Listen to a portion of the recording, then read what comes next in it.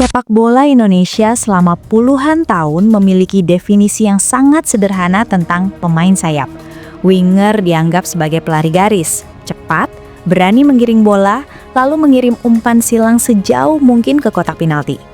Dalam kerangka berpikir seperti itu, kecerdasan posisi jarang dihargai, pengambilan keputusan hampir tidak pernah dianalisis, dan efisiensi sering kalah oleh spektakel.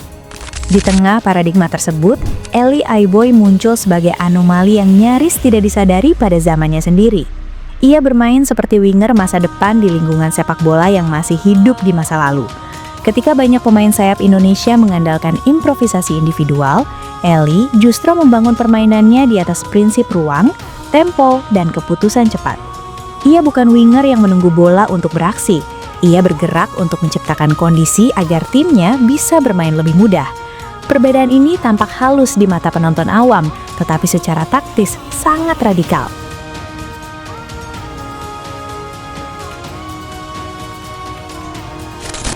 Akar perubahan itu bisa ditelusuri ke pengalaman awalnya di Italia melalui program Baretti. Sepak bola Italia pertengahan 1990-an tidak mengajarkan pemain bagaimana terlihat hebat, melainkan bagaimana membuat sistem bekerja. Di sana, pemain sayap tidak dinilai dari jumlah dribble sukses, melainkan dari kualitas posisi sebelum menerima bola. Elie membawa pulang pelajaran yang jarang dimiliki pemain Indonesia saat itu. Orientasi tubuh menentukan pilihan permainan. Ia hampir selalu menerima bola dengan posisi setengah terbuka ke arah lapangan, bukan menghadap garis samping. Sikap tubuh semacam ini memberi 3 opsi sekaligus, progresi ke depan, masuk ke tengah, atau distribusi ulang. Kebiasaan kecil ini membuatnya jarang terjebak duel 1 lawan 1 yang tidak perlu. Ia mempercepat permainan bukan dengan sprint panjang, melainkan dengan keputusan instan. Disinilah letak modernitasnya.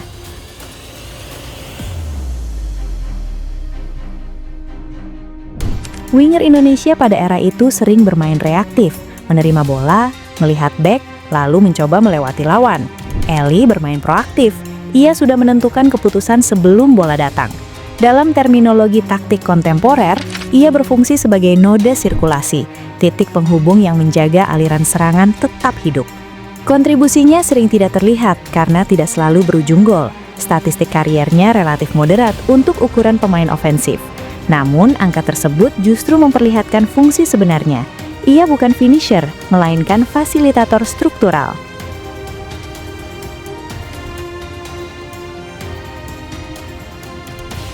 Perannya menjadi sangat jelas ketika bermain bersama striker seperti Bambang Pamungkas. Sinkronisasi keduanya bukan hasil insting sesaat, melainkan mekanisme yang terlatih.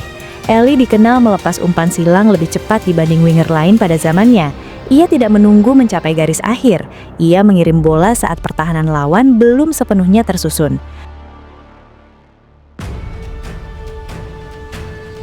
Bagi bek lawan, Elie menciptakan ketidakpastian permanen. Mereka tidak tahu apakah ia akan menggiring bola, mengirim umpan cepat, atau menahan tempo. Ancaman konstan ini memaksa garis pertahanan melebar, membuka ruang bagi gelandang tengah.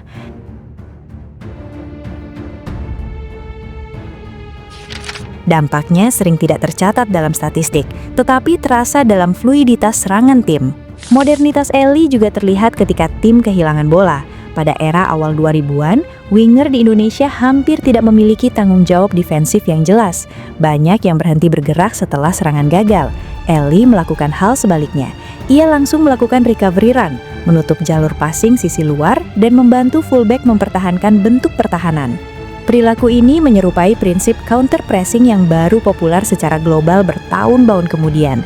Ia memahami bahwa fase menyerang dan bertahan bukan 2 dunia terpisah, melainkan satu siklus yang tidak boleh terputus.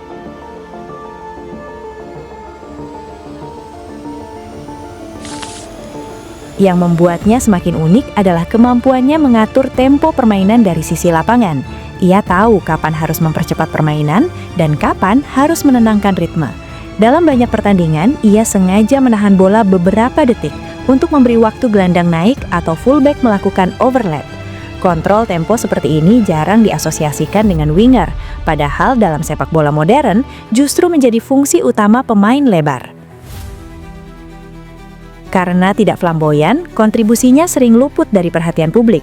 Sepak bola Indonesia secara kultural lebih menghargai pemain yang terlihat dominan secara visual, dribble panjang, aksi individual, atau selebrasi dramatis. Efisiensi tidak selalu menarik secara naratif. Akibatnya, Eli sering dianggap sekedar winger cepat yang rajin bekerja, padahal ia sebenarnya menjalankan prinsip permainan yang lebih maju dari ekosistem taktik sekitarnya.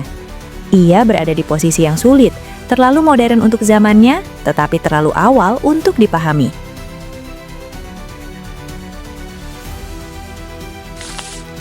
Fenomena semacam ini dalam analisis sepak bola disebut proto-modern player, pemain yang memainkan konsep masa depan di dalam struktur permainan masa lalu. Nilainya baru terlihat ketika permainan secara global mulai bergerak ke arah yang sama. Jika dibandingkan dengan winger modern saat ini, banyak prinsip yang sudah ia praktikkan sejak awal kariernya. Pengambilan keputusan cepat, keterlibatan defensif, efisiensi sentuhan, dan kemampuan menjadi penghubung antar lini. Sebuah kualitas yang kini dianggap sebagai tanda kecerdasan posisi tinggi. Ironinya, evolusi winger Indonesia tidak berjalan linear setelah generasinya. Sepak bola nasional sempat kembali menekankan individualisme sebelum perlahan mencoba mengadopsi kembali prinsip kolektif yang sebenarnya pernah dipraktikkan pemain seperti Eli.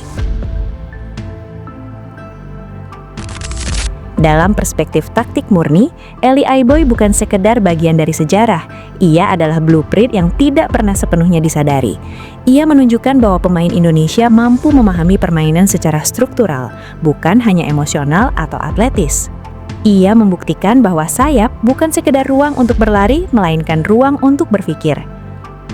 Hari ini, dunia sepak bola menyebut tipe pemain seperti itu sebagai winger modern, pemain yang mengontrol ruang, tempo, dan keputusan secara simultan. 2 dekade lalu di lapangan-lapangan Indonesia yang masih jauh dari analisis data dan jargon taktik, konsep itu sudah berjalan diam-diam melalui satu sosok. Namanya Eli Aiboy.